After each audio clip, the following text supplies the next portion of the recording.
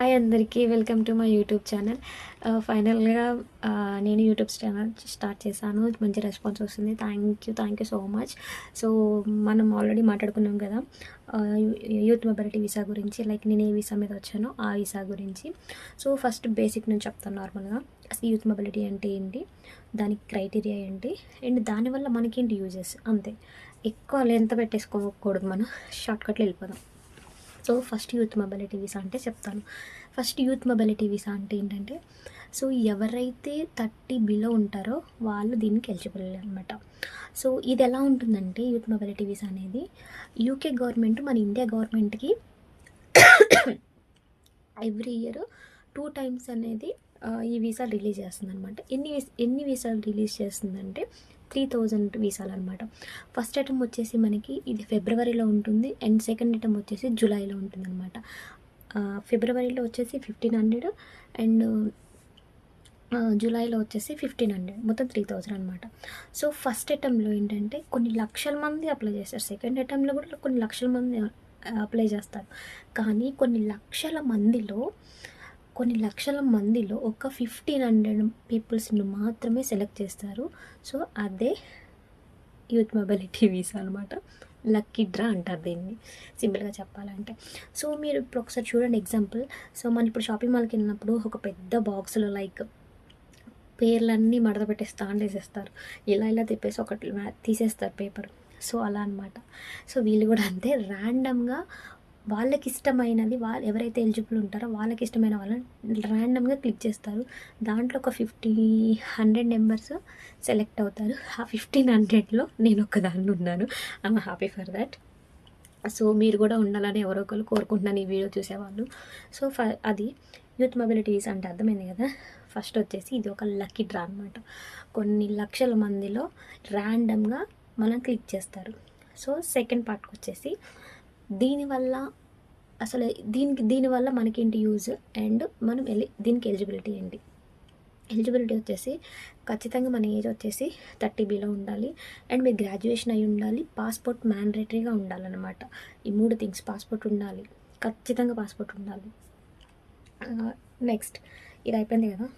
So ఇక్కడికి వచ్చి ఈ వీసా వల్ల మనకేంటి యూజెస్. సో 30-40 lakhs లోన్ పెట్టుకొని వస్తున్నారు చాలామంది ఇక్కడ చదువుకోవడానికి, ఇక్కడ సంపాదించుకోవడానికి. అలాంటిది యూత్ మొబిలిటీ వీసా ఒకటి మనకు ఆపర్చునిటీ ఉంది.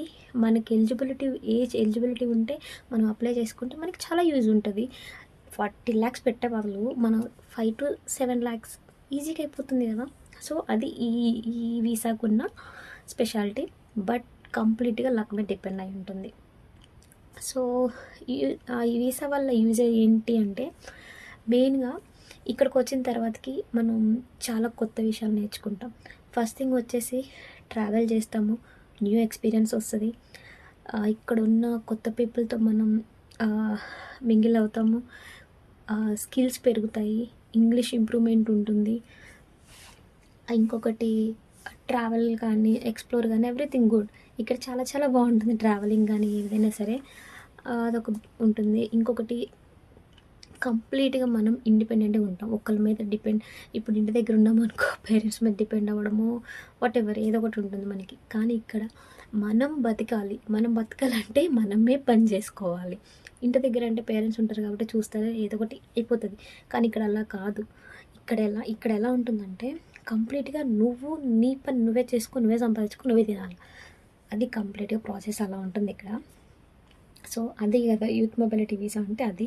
సో మీకు ఇంకా యూత్ మొబిలిటీ వీసాలో ఏమైనా డౌట్స్ ఉన్నాయా?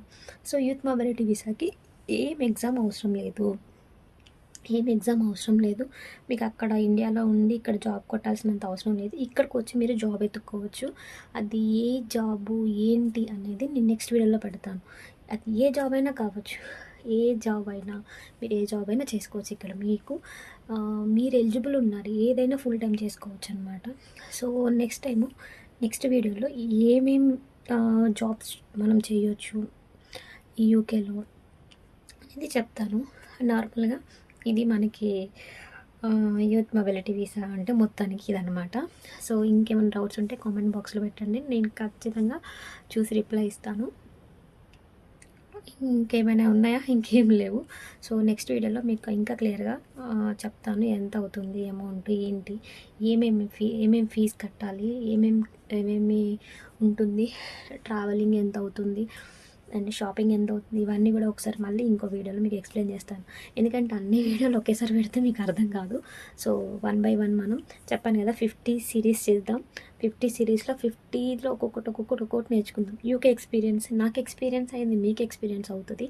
సేమ్ మీరు ఎలిజిబుల్ అయితే నేను చేసిన వీడియోస్లో ఒక్కలైనా ఎలిజిబుల్ అయితే ఐఎమ్ హ్యాపీ ఫర్ దాట్. అంతే, ఇంకేం లేదు.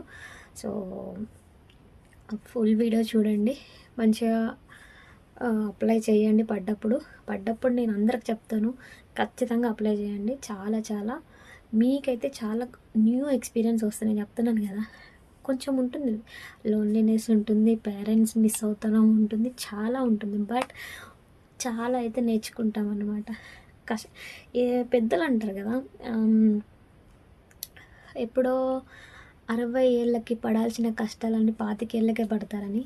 అది ట్రూ. యూకే వస్తే అది ట్రూ అవుతుంది నిజంగా, సీరియస్ చెప్తున్నా. సో